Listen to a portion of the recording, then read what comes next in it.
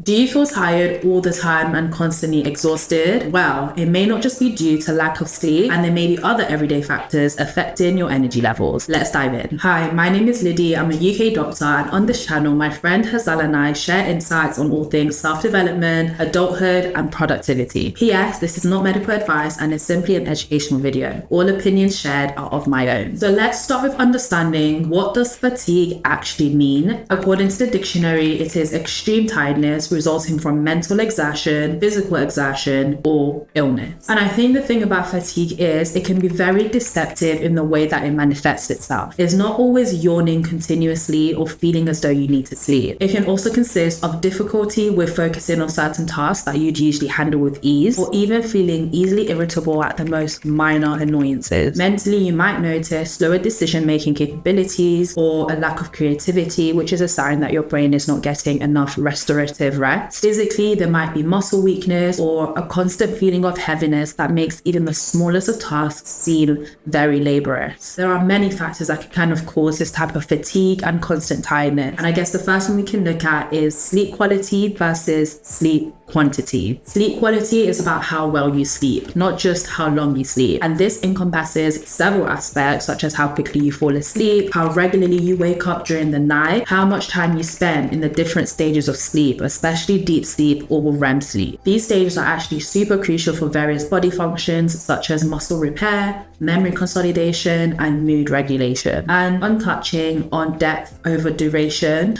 I know that we usually hear this common phrase that, 7 to 9 hours of sleep is what you need to get you out of that stage of fatigue. But what we really need to be looking at is the depth of that sleep. The depth of that sleep is the main thing that rejuvenates the body, mind, and soul. Good quality sleep means cycling through the different stages of sleep in a pattern that supports physical and mental recovery. Therefore, if there are disruptions in this cycle, it doesn't matter how long you actually spend in bed. It can still lead you to waking up feeling very unrested. And this realization that length of time doesn't equal good sleep is something that dawned on me when I went to a sleep event earlier this year. Very rogue. I was invited to an event with Hazal, but it was actually genuinely so insightful. And I think it really breaks down this common misconception that we have and that we are told that as long as you get 8 hours of sleep or 9 hours of sleep, you're good. Which isn't the case, because guys, honestly, I get 7 to 8 hours of sleep on a daily basis, but I still wake up feeling incredibly drained. So it was very useful to hear at this event how experts were discussing that length of sleep time doesn't equate to restorative quality. So 3 practical tips that you can implement to enhance your sleep quality is: number 1, a consistent sleep schedule. Waking up and going to bed at roughly the same time each day can help regulate your circadian rhythm. And I've put the definition of it on screen, but this can really help to improve your sleep quality. Next up is a wind down routine that kind of signals to your brain and body that you are preparing for sleep. And this could include activities such as a warm shower, reading, or even meditation. And last but not least, and something that I definitely myself need to take away from this video, is to limit stimulants just before you sleep. Whether it's avoiding caffeine several hours before you sleep, as this can actually disrupt how long it takes you to fall asleep, or avoiding your phone, which yes, can be a great stimulant, but it's not really a great relaxant, which is what you need to prioritize when falling asleep. Another important thing to touch on is the fact that chronic stress and anxiety can also lead to exhaustion. In today's day and age, we tend to think that we need to take care of everything first before taking care of ourselves, when really, in reality, if we'd only prioritize taking care of ourselves, it would be much easier to take care of everything else. The impact of not resting is genuinely awful, and I wish that I could take in this fact just a bit more. Think rising levels of chronic stress, exhaustion, mental health challenges, brain fog, and all these other things that we ought not to have. So ask yourself, the last few months, have you been prioritizing rest?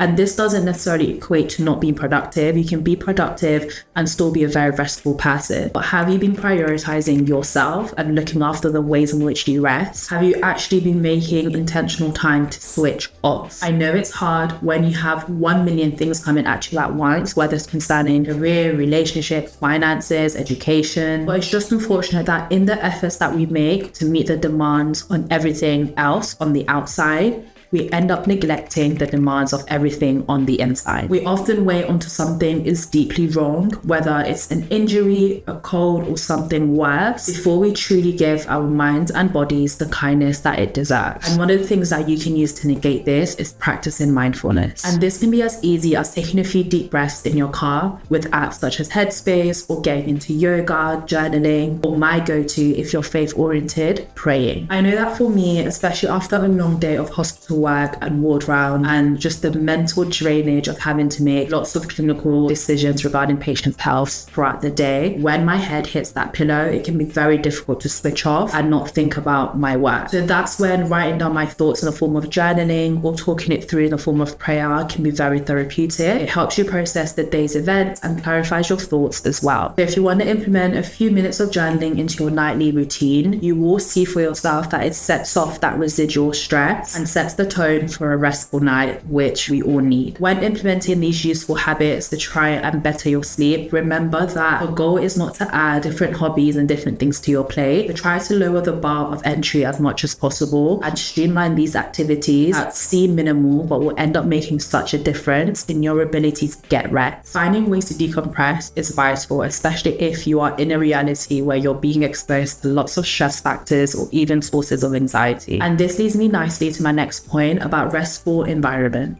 Improving sleep quality is not just about getting to bed early, as I previously mentioned, but you also need to optimize an environment that encourages deep sleep cycles. This means optimizing your bedroom environment. Whether you need blackout curtains, a comfortable mattress, or even a cool room temperature, intentional decisions lead to intentional results. A cool, dark, and quiet environment can promote better sleep, and I genuinely think that this is way too underrated. I know that for me, for example, I am a really light sleeper, so I've had to previously purchase these loop earplugs things because whether someone is stamping up the stairs or opening the door, I wake up, and it's generally made such a difference in me no longer jolting up in my sleep and being able to have that consistent sleep pattern from morning to night. Additionally, I think I even purchased these warm eye mask things in Japan when I went earlier this year, and when I say it did wonders in how quickly it takes me to fall asleep. And these are just small changes that I made in my environment before sleeping to maximize the quality of sleep that I'm getting. You don't need to go crazy with different products and different purchases, but you need to try and do the most minimal yet significant thing that will tweak the sleep that you are getting on a daily basis and subsequently your energy levels during the day. We want to wake up feeling rejuvenated and well rested, not waking up feeling as though all we did was pass time on a bed. If you're someone who struggles with social media and procrastination just before falling asleep,